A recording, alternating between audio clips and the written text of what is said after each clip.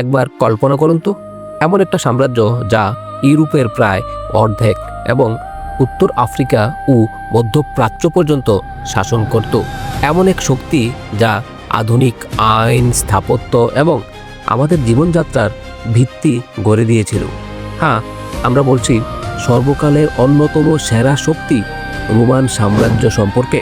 কিন্তু কিভাবে একটি ছোট শহর থেকে এটি বিশ্বের অধীনস্থর হয়ে উঠেছিল, আর কেনই বা এত বিশাল ক্ষমতার পতন হলো?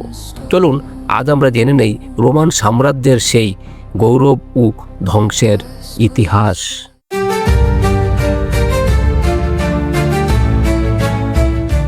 ইতিহাস বলে 753 খ্রিস্টপূর্বাব্দে টাইবার নদীর তীরে রোমুলাস রোম নগরী প্রতিষ্ঠা করেন।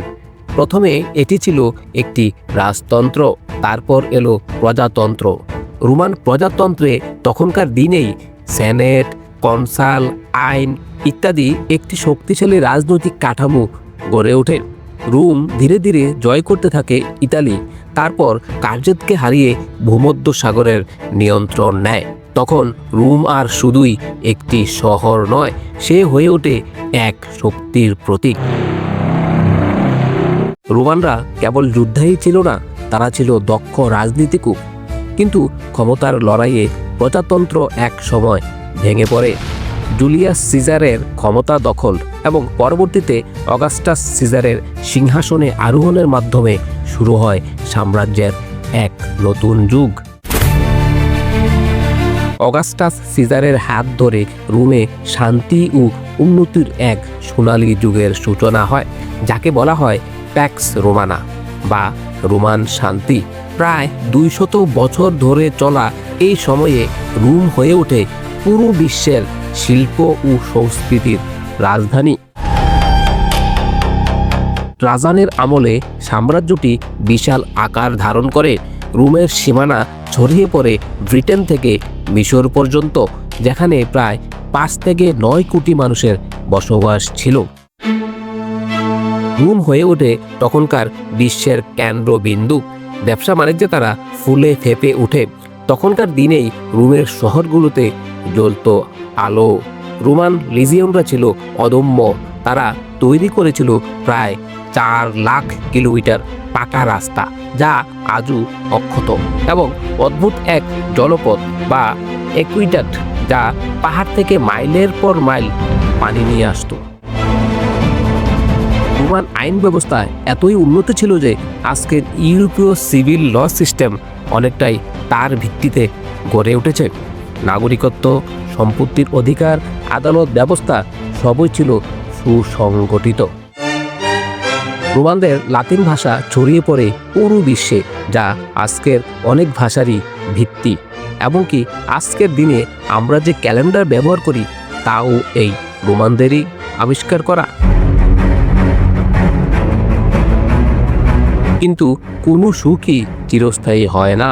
শক্তির চূড়ান্ত শিখরে দাঁড়িয়ে রোম বুঝতে পারেনি তার ভিতরে ধীরে ধীরে ফাটল ধরছে। 2য় শতাব্দীর পর থেকে রোম এক গভীর সংকটে পড়তে থাকে। রোমান সাম্রাজ্য শতাব্দীর পর শতাব্দী ধরে ইউরোপ, উত্তর আফ্রিকা ও মধ্যপ্রাচ্যে বিস্তৃত ছিল। সাম্রাজ্য যতই বড় হলো, সীমান্ত তত বিস্তৃত হলো।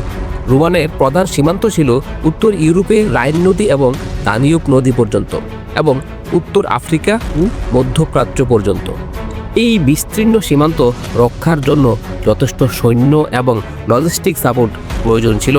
সময়ের সঙ্গে সৈন্য সংখ্যা এবং অর্থনৈতিক সক্ষমতা কমে যাওয়ায় সীমান্ত সংরক্ষণ করা কঠিন হয়ে পড়ল।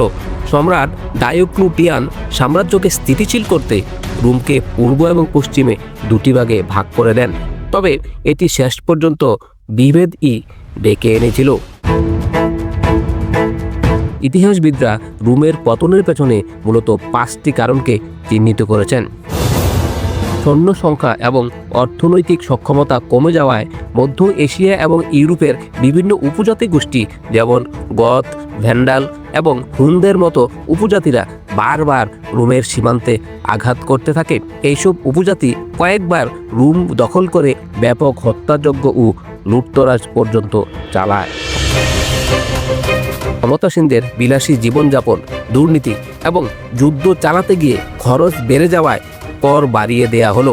মুদ্রার মান কমানো হলো, ফলে মূল্যস্ফীতি বেড়ে গেল। সাধারণ মানুষ ক্ষতিগ্রস্ত হলো।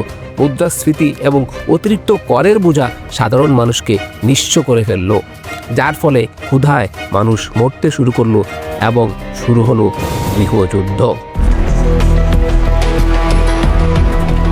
সম্রাটের গদি দখল করতে গিয়ে প্রায় হত্যাকাণ্ড ও গৃহযুদ্ধ লেগেই থাকত। মাত্র 50 বছরে 20 জন সম্রাট বদল হয়েছেন এবং তাদের অনেককেই হত্যা করা হয়েছিল নিজ সৈন্যদের দ্বারা। ক্ষমতা হয়ে যায় বিক্রয়যোগ্য।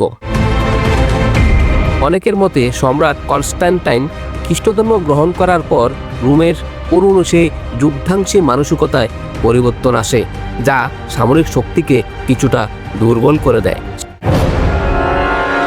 সে সময় রোমের উৎপাদন ব্যবস্থা ছিল সম্পূর্ণ দাসদের উপর নির্ভরশীল।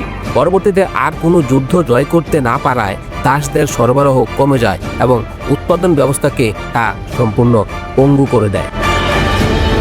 তারপর আসে সেই দিন 473 খ্রিস্টাব্দে পশ্চিম রোমান সাম্রাজ্যের শেষ সম্রাট রোমিউলাস অগাস্টুলাসকে ক্ষমতাচ্যুত করে জার্মানির নেতা ওডোসার। আর এভাবেই এক সময়ের অজেয় সাম্রাজ্য পরিণত হয় ইতিহাসের পাতায়। পশ্চিম রোমান সাম্রাজ্য ধ্বংস হলেও পূর্ব রোমান সাম্রাজ্য বা বাইজেন্টাইন সাম্রাজ্য আরও 1 বছর টিকে ছিল।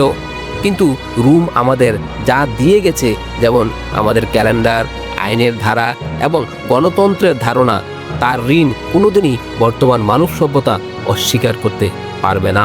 রোম একসময় ছিল একটি শহর, পরে একটি বিশ্ব শক্তি, আর আজ এটি কেবলই ইতিহাস। কিন্তু সেই ইতিহাসের শিক্ষা আজও আমাদের জন্য প্রাসঙ্গিক।